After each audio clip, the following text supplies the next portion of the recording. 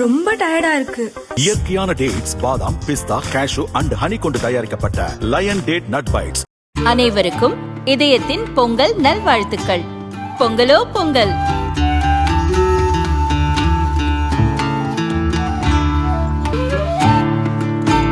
அனைவருக்கும் இதயம் மந்த்ராவின் பொங்கல் தின நல்வாழ்த்துக்கள். பொங்கலோ பொங்கல்.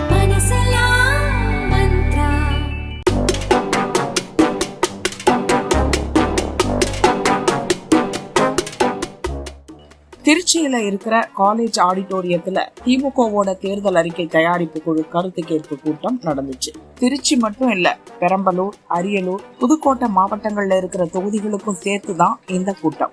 4 மாவட்டங்கள்ல சேர்த்து மொத்தம் 20 தொகுதி. அப்ப நிறைய பேர் வருவாங்க, நிறைய ஐடியா தருவாங்கன்னு தான் 500 சேருக்கும் மேல போட்டு இந்த ஆடிட்டோரியத்துல கூட்டத்தை நடத்தினாங்க. மேடையில நேரு, கோவை செழியன், டிஆர்பி ராஜா, மகேஷ், சிவசங்கர்னு அமைச்சர் படையே அணிவகுத்திருந்துச்சு. நேருதான் தலைமை. தேர்தல் கருத்து கேட்பு குழுவோட தலைவரும் எம்பியுமான கனிமொழி வர்றதா போஸ்டர்லாம் பலமா அடிச்சு ஒட்டி இருந்தாங்க. எப்படியும் கூட்டம் அலைமோதும், அரங்கம் நிரம்பி வழியும்னு திமுக தலைவர்கள்லாம் நினைச்சாங்க. ஆனா நடந்ததே வேற. அவங்க நினைச்ச மாதிரி யாரும் வரல. குழுவோட தலைவர் கனிமொழி பேசும்போது கூட 50 சேர் தான் நிரம்பி இருந்துச்சு. மற்ற சேர் எல்லாமே காலிதான். பெரும் கூட்டத்தை எதிர்பார்த்து பல தயாரிப்போட வந்திருந்த கனிமொழி ஷாக் ஆயிட்டாங்க. வந்துட்டோமேன்னு வேற வழி இல்லாம பேசிட்டு போனாங்க. முக்கியமான நேரத்துல கூட்டத்தை காணமேன்னு பதறி போன நேரு அதை மறைக்கிறதுக்காக கணக்கே உரிய ஸ்டைல்ல கலகலப்பா பேசி கனிமொழிய திசை திருப்ப முயற்சி பண்ணாரு.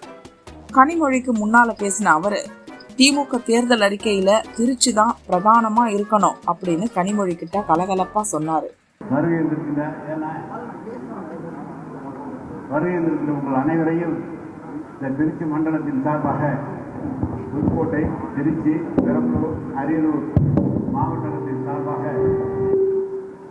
உங்களை அன்போடு வருக வருக, எங்கள் கோரிக்கைகளை முதன்மையாக நிறைவேற்றி தருக, நீங்கள் தருகிற தேர்தல் அறிக்கையிலே பிரதானமாக திருச்சி இருக்க வேண்டும் என்று உங்களை எல்லாம் அன்போடு கேட்டேன். எனவே வந்திருக்கிற உங்கள் அனைவரையும் இருகரம் கூப்பி வருக வருக என்று அன்போடு வரவேற்கிறேன். வணக்கம், நன்றி. அமைச்சருக்கு பதில் கொடுக்கிற விதமா பேசின கனிமொழி நேரு இருக்கும் இடம்தான் பிரதானமானதுன்னு அடிச்சு விட்டாங்க. உடனே அமைச்சர் நேரு எழும்பி திருச்சிக்கு என்ன தேவைன்னு ஒரு லிஸ்டே போட ஆடி போயிட்டாங்க கனிமொழி. அமைச்சர் நீங்க பேசும்பொழுது தேர்தல் அறிக்கையிலே பிரதானமாக திருச்சி வர வேண்டும் என்றால் அவர் எங்கிருக்கிறாரோ அந்த இடம்தான் எப்பொழுதுமே பிரதானமாக இருக்கும். அதனால இதுக்கு மேல திருச்சி செய்யறதுக்கு என்ன இருக்குன்னு எனக்கு தெரியல. இருந்தாலும்